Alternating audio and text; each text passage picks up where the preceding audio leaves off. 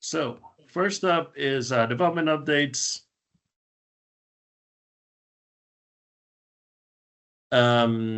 Is this project, the committee, I believe was briefed on when my colleague Jessica McVeary was running things with you. It's a rezoning application, Paramount Drive and Somerville Drive. It's a storage facility. It has tentative action. It's been reviewed by the planning board as well as the hearing examiner. Now it's going towards the council. And the council action should be later this month, tentative schedule for the 30th. I believe there's support. The board supported the rezoning as well as the hearing examiner. So that's gonna have a life of its own. I'll go through these and then I'll stop and then people could ask me questions. Next up is Shady Grove Station West Side. The last portion should be coming in sometime this fall. And that's highlighted here at the intersection of Crafts Ranch Way and Shady Grove Road. I know that EYA has met with the West Side community at least once or twice regarding what's going to happen at this location. And we'll see once that's submitted to the the implementation development team at the planning department. So the members of my team will be reviewing that application once it comes in. And then next up and finally in terms of development updates is this project, which I believe the committee saw prior as well. This is an office park right here highlighted here along Crafts Ranch Way and Standish Place area. And it was rezoned earlier this year by the council for residential, both townhouses and 2-unit condominiums. 30 of those units, up to the 200 units, will be affordable, moderately priced dwelling units. It's going through both a preliminary plan of subdivision as well as a site plan review, and that should be going tentatively in November of this year to the planning board for review. So, so those are the 3 projects that are have been with the department for some time now, and I will stop sharing. And if there are any questions, please raise your hand or unmute yourself, and we can go from there. Hey, Nikosi, I just Yes. thank you for that quick update. I just wanted to make a comment on item number 1, the Paramount Storage Somerville Drive project. I don't think the committee was for that particular project and rezoning, so there was a lot of dissension. So I just wanted to make that point. Noted. I definitely knew that there was not a lot of support from the community. Frankly, my colleagues made a determination, so I'm not going to say anything about that. But yes, I know it was not necessarily warmly received by members of the community. Yeah, we didn't feel it was in alignment with the sector plan. So just that's my only comment on that. On number 2, the West Side Parcel U, the remaining parcel in West Side. You're correct. EYA has met with us, I think, twice now, and they also sent out a survey regarding the park. So we're working with them on that. So we look forward to seeing whatever their final submittal is to the county. Okay. Okay. Thank you.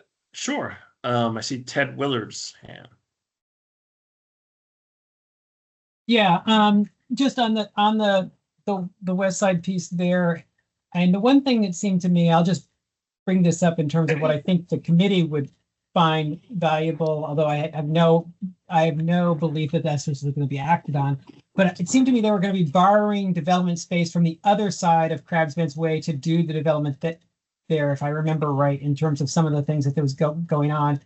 And it seems to me that a better choice for the overall community would be to have some temporary park space put in that space until the full development can go on, because the community has been expecting to have some park space, which is not going to happen for a long time right now. And then still just let the development that's supposed to go on the other side of Crabs Branch happen on the other side of Crabs Branch. That's my 2 cents, but I'm not thinking that that's really what the developers want to do. Okay, noted. So Ted, just since I live at West Side, I'll just respond. The developers are putting in a park in the remaining parcel at West Side. A little So bit, a very small one, if I heard right. no, it's actually a pretty nice sized one, in my opinion. Okay. So, I mean, it's not 4 acres or anything, but it's a lot better than what we have, and it's a lot better than putting homes there. So, it's about the best I believe we're gonna get. So, Yeah, and yeah, I was thinking something along the lines that you could, I guess, and could a soccer field fit there? no, but I mean, I don't know. It's a pretty large space. I mean, maybe we're looking at open space and maybe a pickleball court, or I don't know, some play set. I mean, it could be a dual use. So I don't know what the community will finally decide, but I don't believe it's a small space. It's not 4 acres, but I don't personally see it as a small space. Fair So, enough. Uh, um, I did now prior neighbors may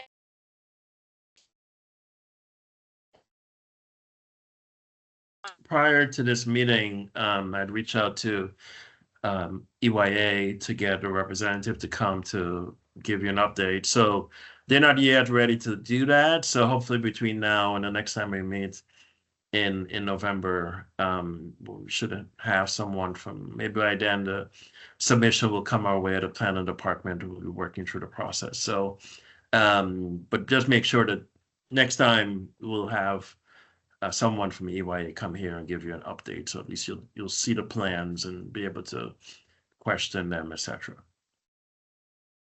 Any other questions regarding development updates that I shared? All right, so hearing none, seeing no hands or voices, we will turn things over to the Director of General Services, Mr. Dice. Great. Good to see everybody. Can everyone hear me? Okay, great. So let me give everyone an update on where we are with the MCPS bus depot relocation. There was some emails floating around a week or so ago that a lease for the property on 861 East Goody had been executed. It had not. However, I can now report that the lease negotiations are complete. The lease has been finalized. It is in the execution stage. This includes also another lease for the South Lawn property where we'll be parking buses. A development that has occurred, and let me see if I can share screen a little bit so you can see what I'm talking about. This is, I'm assuming everyone can see this. This is the site that we're talking about where the school buses will go. It's in the intersection of Dover and East Goody. This will be the new bus depot. Buses will be parked here. And then this is the surface lot across East Goody along South Lawn where the balance of the buses will be parked. We have also entered into negotiations for this portion off of Old Dover Road. So that's a new development that we have a favorable property owner, and we are entering into negotiations to lease this as well, which will further reduce the number of buses being parked at remain at Crabs Branch. So that is a good development. Um, that'll be three leases all ready for execution at about the same time. These are all properties. What makes it easy is they're all properties owned by the same owner. So we're moving forward, and as far as schedules are concerned, the leases are timed to begin on November 1st. So it's really just around the corner. We are in the design phase. We've presented MCPS with a couple of options and are pressing them to select one of those. Full-on design will take place over the winter, with construction commencing early in 26. It'll be a phased construction with administrative services or spaces and bus maintenance, and then the repair bays and subsequent site work. The benefit being, by doing the site work last, we're avoiding any winter weather and making it better suited for grading and paving. At the same time, we're also complete modifications to the Dover site, the old Dover Road site that I just showed you, and there will be a fueling facility there. So overall, the tentative target at this point is approximately a year from now, which is hard to believe, but that we're finally here. But hopefully this time, on or about this time next year, fall of next year, we'll be officially relocating the MCPS Crabs Branch school bus depot and demolishing those buildings forevermore. Amen. So that is the update on Dover and where we're at with that. Planning on the Jeremiah Park depot, which will ultimately house the relocated ride-on buses and ride-on depot, has slowed down as we're focusing on getting the school buses off of the site.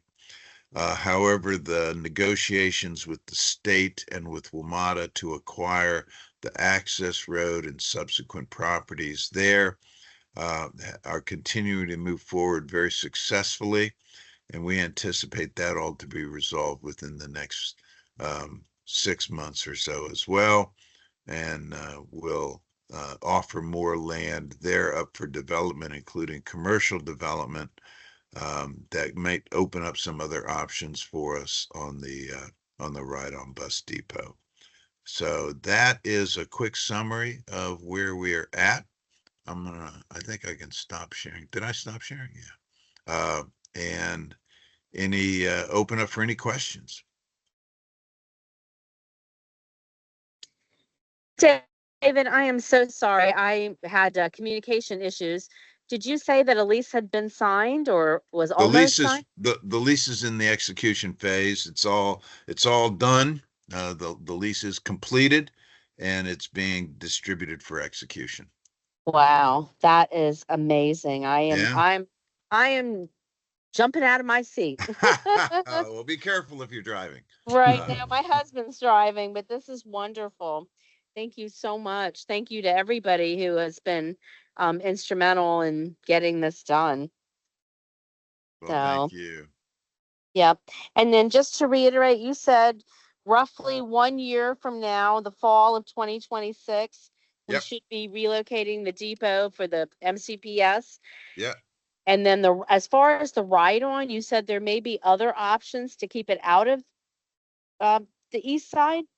Well, again, we're always pursuing options. Again, Yeah, remember that Jeremiah Park is certainly something that we are not stopping yeah, proceeding with, but with the funding and grant funding from the federal government for these types of projects reducing to essentially a trickle, yeah, it's become much more of a challenge.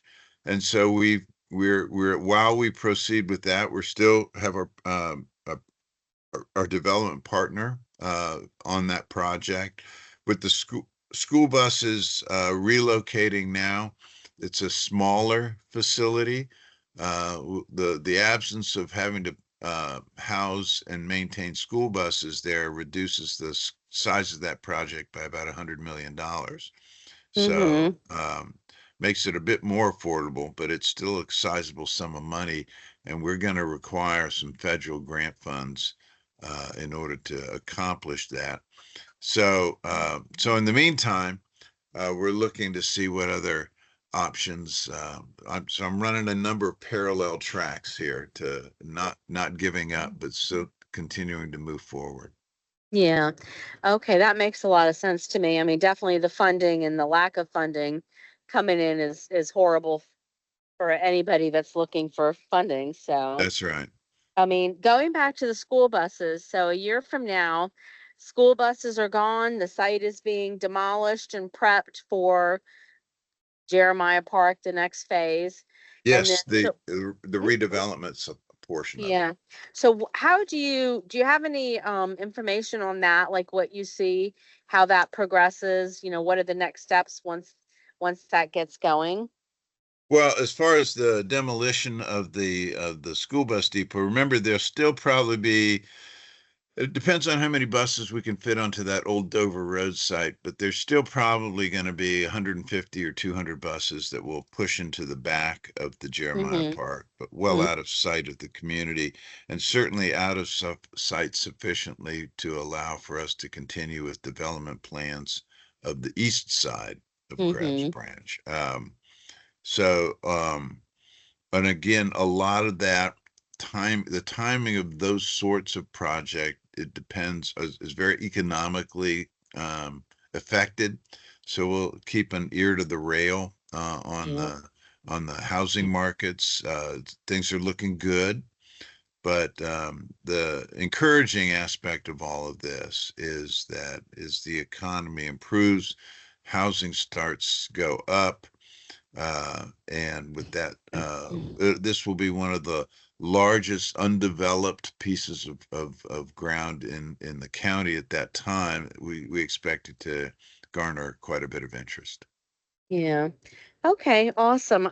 Well, I don't have any questions at this moment. Does anybody else who's attending the meeting have questions for David?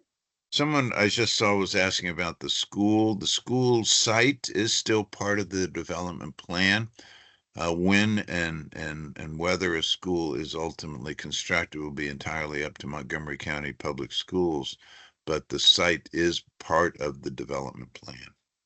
Yeah, thank you.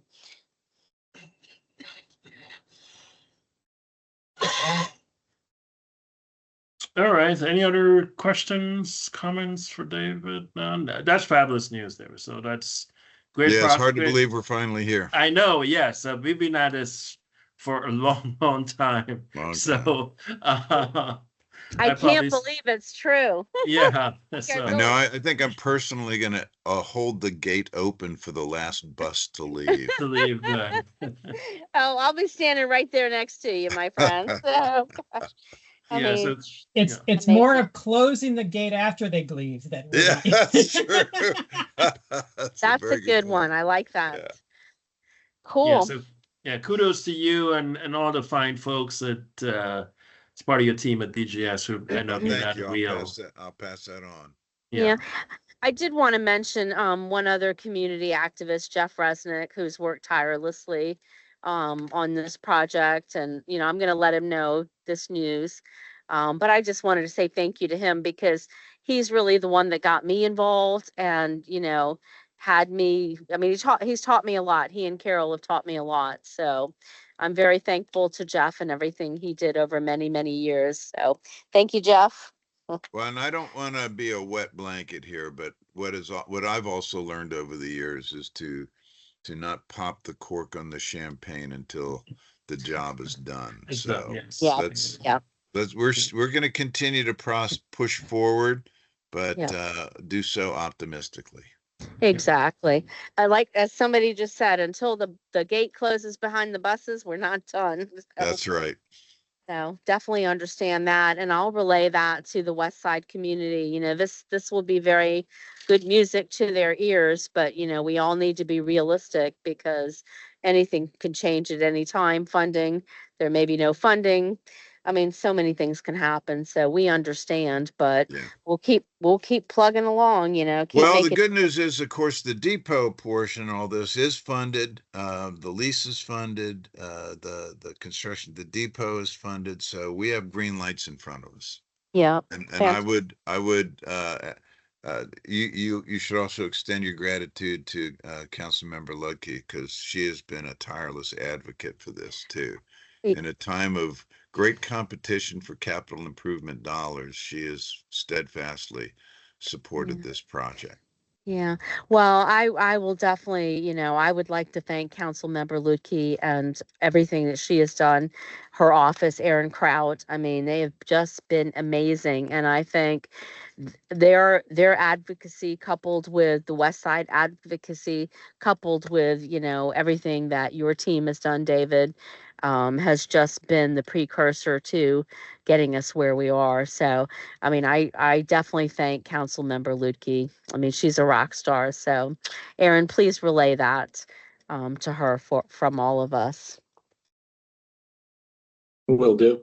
Thank you, and thank you too. You are extremely amazing. So you're always there to help. Appreciate that. Yeah, and again, I think we said it last meeting. You guys too. It was great that folks are able to show up at the public hearing back during budget time, and I think That it's makes a Mhm. good for us difference. to know. It's good for David and his team to know that when needed at council, this community, mainly through this committee, will be Yeah. ready to go. So, Yeah, Yep. it always helps. Yep. For sure. Well, cool. Thank you so much. You Okay, bet. back to you, Nikosi. Sure. But Aaron, the floor is yours. You're next. Yep. yeah, nothing too much to add from our side. I'll mention and I'll put in the chat.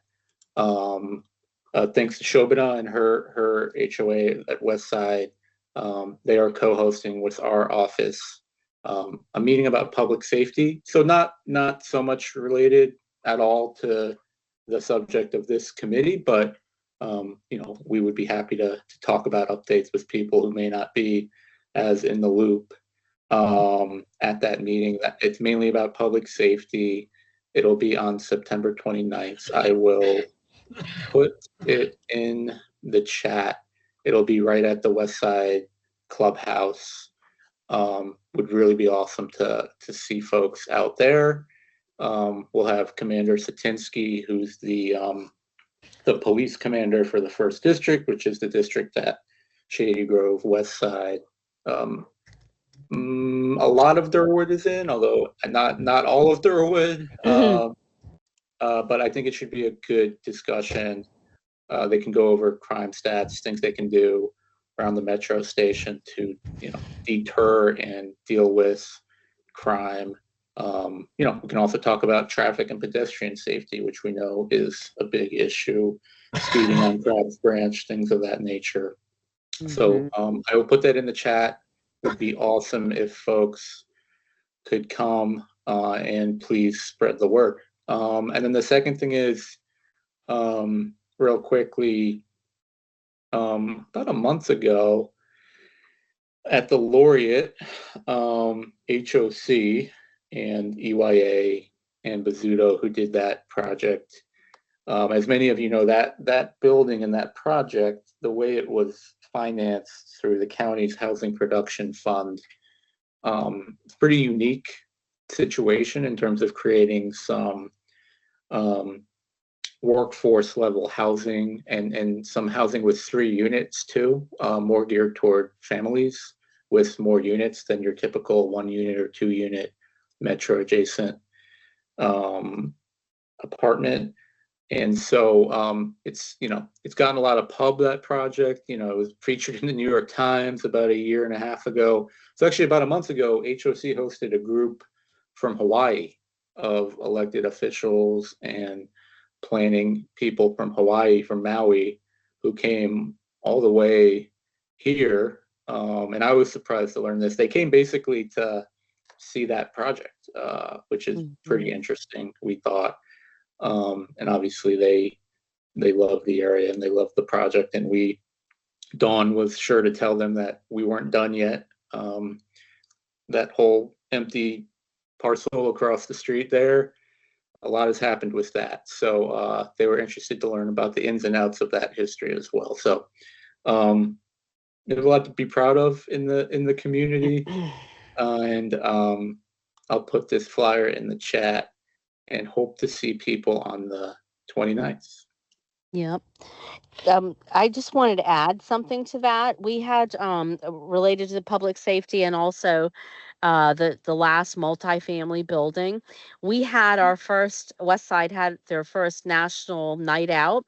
Yeah. And we had all of the first district. There must have been 7 or 8 personnel from the first district. Commander Satinsky came, Dawn came, Council Member Lutke came, the director of Montgomery County Libraries and her assistant came. The assistant director came, who come to find out is a childhood friend of mine. I had no idea.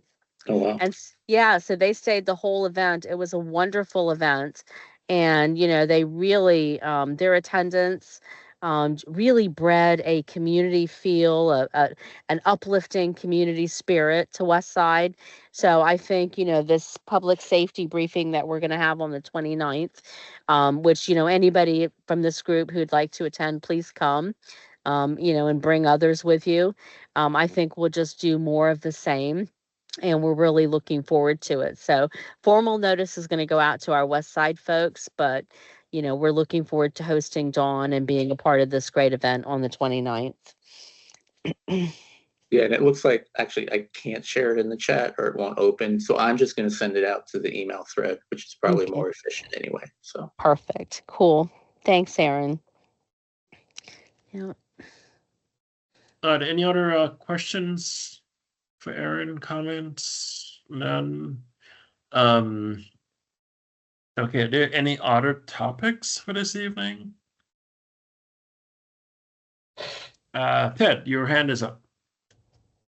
So I'm not sure if this is the appropriate place or not, but I will just sort of share my own thoughts and maybe solicit from others. I know, and I'm sure this has come up elsewhere, but we've got the appearance of a lot of the no right on red signs across the county in the last month or two.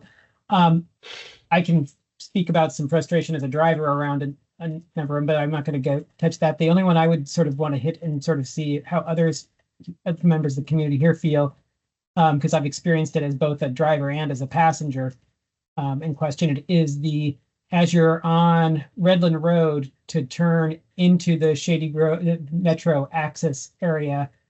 I mean, I used to commute a lot, and I just don't think there's enough foot traffic in that space. I do know that it has foot traffic, but compared to the amount of it has impact of other traffic, particularly in the mornings, I think is and the overall area. I mean, there are other places in the area where I can see the logic that some feel of that is a very pedestrian oriented sort of place there, but I don't think there's a huge safety issue at that particular intersection. It would question whether that's the best place for a red light, no right on red sign. yeah, Ted, I'm happy to take that on. And yeah, so the no right turn on red signs have become much more prominent around the county, and that is due to a law passed by the council 2 years ago, a pedestrian safety bill, which mandates that. And I think the rationale in general behind a no right turn on red restriction makes sense to people, right? Where you don't want to create the scenario where a driver is looking to his or her left for a gap in traffic in order to turn right, and they're not looking to their right where a pedestrian has the right of way to cross. That is how a lot of car pedestrian collisions happen. So, there's a sort of Vision Zero total pedestrian safety philosophy. Is part of that is you reduce the number of these incidents by eliminating any scenario that they happen. And so that's sort of what that is. And yes, we have heard other complaints in other parts of the county. Same sort of thing you said, Ted, where it just doesn't seem like there is or may ever be enough pedestrian foot traffic to justify that. And so as a driver, you're just sitting there. There's plenty of gap in traffic. There's no one there. And it seems a little silly to just be sitting there. So it's something we're going to have to take a look at. Basically, the way the law did it was we required it by policy area. We divide the county up into transportation policy areas based on the characteristics and context of those areas. And perhaps the county went too broad with that. I would kind of maybe oversimplifying, but the bill sort of it requires a no right turn on red, both in very clear cut, evident pedestrian areas, transit areas, but also maybe the next layer out from that, which is not even transit adjacent, but heavy commercial area, and maybe areas where the idea from that area's master plan is there will be more pedestrian foot traffic in the future that's not there now. So all to say, I'll take that back to Dawn and DOT. And you're not the only one who's brought this up. It's been a big topic of conversation in the last week and a half. Maybe we need to adjust that, and I'll follow up with you on those discussions. Yeah, I appreciate that. I'll just throw in again. I mean, yeah, I have, would I personally be happy with things the way they were 3 months ago versus? The answer is yes, but I'm trying to be understanding of the overall mission here, and even the example that you gave there of looking for traffic coming from the left in the intersection I'm particularly bringing up right now. It's not a cross intersection, so there's no traffic coming from the left anyway. Yeah. So good point. Yep. No, I get it. It feels weird, and it's inefficient to just be sitting there when there's no pedestrian traffic. So I totally get it. I think it's something we're gonna have to take a look at. And I appreciate you listening. I can hear I know you're taking it into account, and so I appreciate that. And thanks. Andrew? Yeah, and shockingly, I'm going to say kind of the opposite, which was the intersection you're referring to doesn't make as much sense. The intersection next to Shady Grove doesn't make much sense. But the intersection where we're getting a lot of accidents, 355 and Redland Road, doesn't have one. Okay, you've brought up a very good point. 355 is a state highway road. So, unfortunately, we cannot, by county law, require the no right turn on red on state roads, which what you're saying, I think, is dead on accurate. A lot of our pedestrian activity is going to be on those major corridors, and those major corridors are 85% state roadways, right? And so, yes, there's a mismatch there for sure.